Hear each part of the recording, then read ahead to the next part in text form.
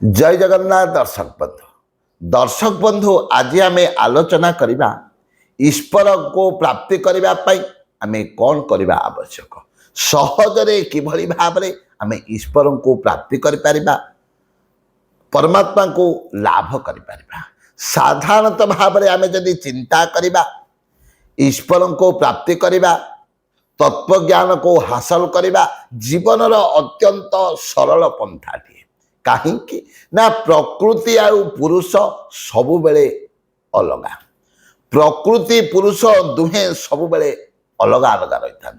किंतु आमे कौन करुचे संसार रे जेते बेले जन्म लाभ करुचे आमे चिंता करुचे जे सृष्टि सहित आमर संपर्क अच्छी ए संसार सहित आमर संपर्क अच्छी से चिंता करी आमे कौन करुचे सबु बेले माया पछरे पड़ुचे सबु बेले विषय पछरे पड़ुचे किंतु संसार सहित केबे मध्य आमर संपर्क नाही कि रहिबो नाही कि रही मध्य नाही कहीं संसार है एक अश्वासत्व दुखालय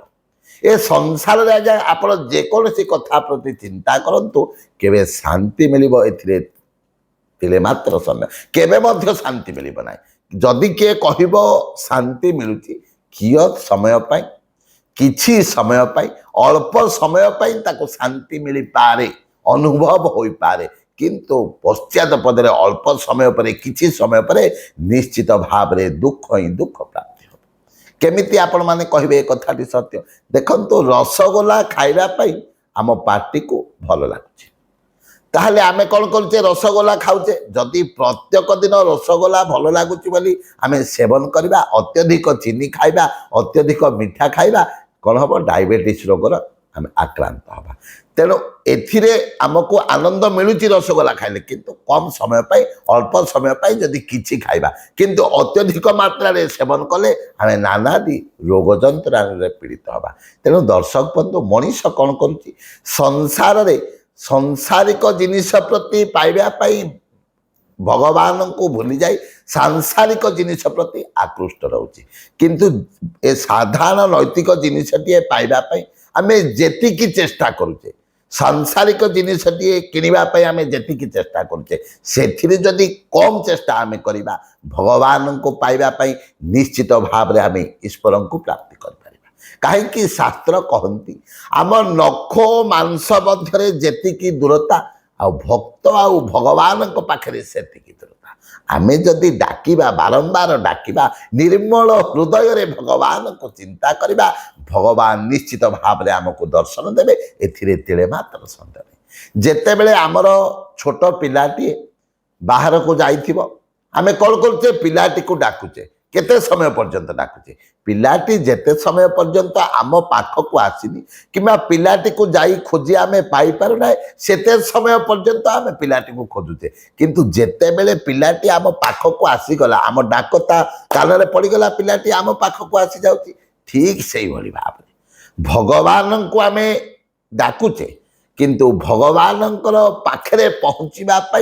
जेतिकी थर डाकिबा दरकार जो भली भाव में डाकिबा दरकार आम जदि सही परि भाव में डाकिबा ताहले कौन हम निश्चित भाव में भगवान को आम प्राप्ति करबा। आ गोटे कथा देखंतु आमर पिलाटी को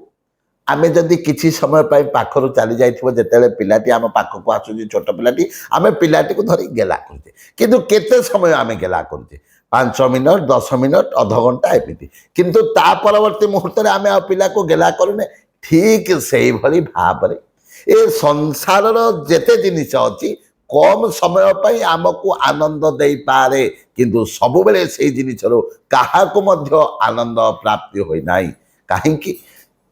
ए सांसारिक जिनिस रे केबे मध्य काहाकू आनंद प्राप्ति हेब नाही ये हला अश्वासत्व दुखालय ईश्वर